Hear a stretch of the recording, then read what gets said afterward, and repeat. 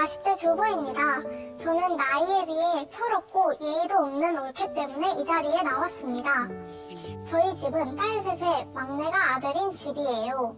동생 결혼하자마자 저희들이 친정엄마한테 엄마 내가 며느리가 돼보니까 이런 게 속상하더라. 엄마는 올케한테 절대 그러지 마 하면서 시어머니 노릇 못하게 단속했고요. 시누이 노릇은 당연히 해본 적도 없습니다.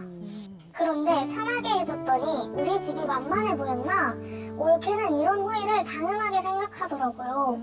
일주일에 두세 번은 애 데리고 친정집에 내려오는데 엄마가 애 보고 밥하는 동안 올케는 손 하나 까딱을 안 해요.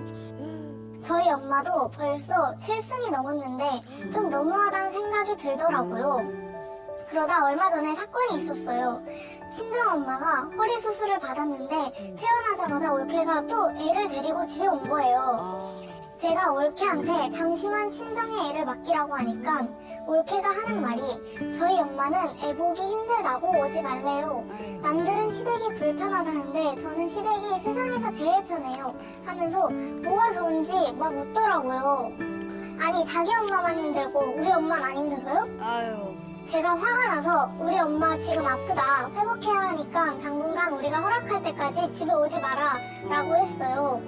그러니까 알아들었는지 그 뒤로는 저희 집에 안 내려오더라고요.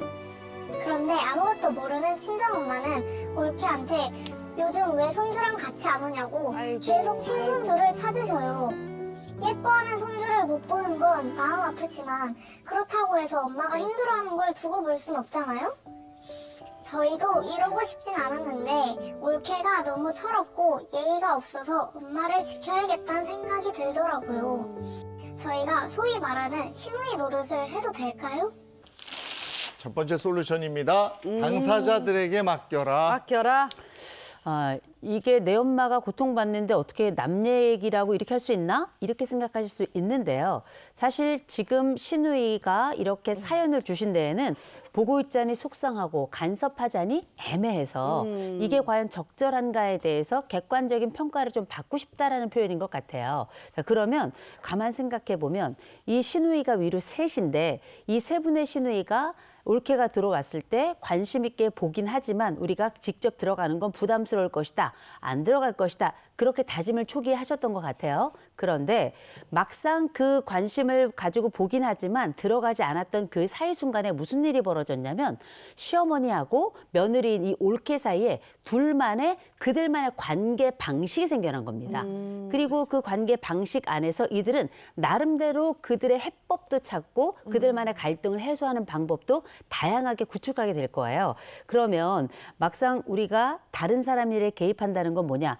내가 처음에 개입하는 그 상황에는 이 둘 간에 만든 관계 구조 안에 내가 없었던 거예요. 그렇죠. 시누이가. 그랬다 이게 막상 들어가게 되면 그들이 무슨 일이 생기는가? 첫째, 매우 복잡한 감정 싸움이 시작이 되고요. 그리고 우리가 늘 인생에서 경험하는 게 있죠. 예상치 못한 변수들에 대한 통제가 사실상 어려워집니다.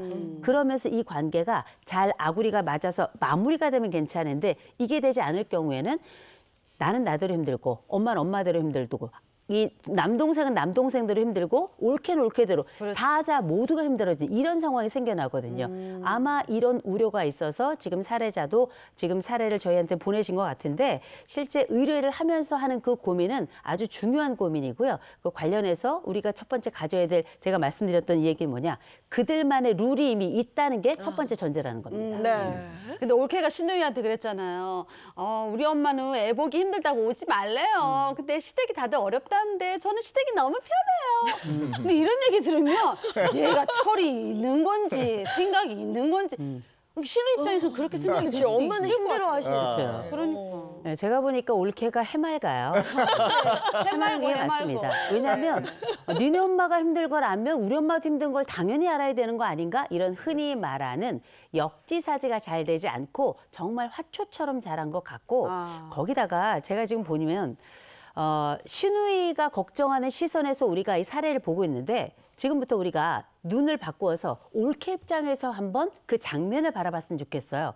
그러면 이 올케와 이 시어머니 사이는 나쁜 관계일까요?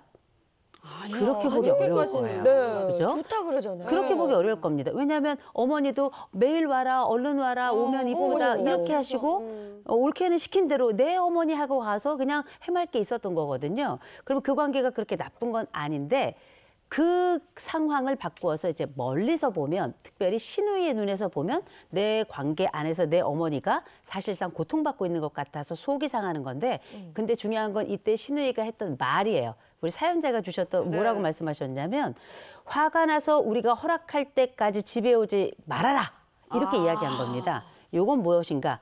이게 바로 권력 압력이라는 말이에요. 권력 권력이 압력. 나왔어요? 그러면 지금 이 권력 압력이 왜 발생하냐? 네. 명목은 분명해요. 엄마를 보호해야 되겠어. 더군다나 우리 엄마 지금 수술했잖아. 그런데 네가 이렇게 철없이 들어와? 그럼 우리 엄마를 보호할 수 없잖아. 그러니 너 떨어져 있어. 라고 지금 새롭게 관계를 재구성하는 압력이 시작된 건데, 이게 뭐냐? 시누이들은 엄마에 대한 대리전을 펼치고 있는 거예요. 그렇게 되면 시누이, 올케가 어떻게? 그들을 안 온다잖아요. 이때부터 심리적으로는 방어전이 시작이 됩니다. 이런 그러니까 곧 대신 싸워주는 대리전과 방어전이 시작이 되면 이게 나중에 진영이 나누어져요. 남동생과 올케, 그다음에 시가, 이렇게 시자가 붙은 쪽으로 나누어지면 이걸 흔히 대륙전이라고 부르고, 이게 나중에 집안으로 퍼져 나가게 되면 이걸 우리가 제3차 세계대전이라고 부르죠.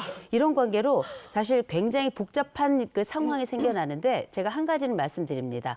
어머니가 가지고 있는 여러 상황이 있긴 합니다만, 그 상황을 제외하고 나머지 상황을 볼 때에는 어쨌든 지금 이 상황에서 얘기할 수 있는 가장 적확한 사람, 제일 정확한 사람은 남동생이에요. 혹은 어머니. 이 두 사람이 이 상황에 대해서 이야기할 수 있는 가장 첫 번째 인물들입니다. 그런데 두 번째 있는 인물들이 먼저 첫 번째로 나섰기 때문에 이 부분은 문제가 있는 거예요. 네.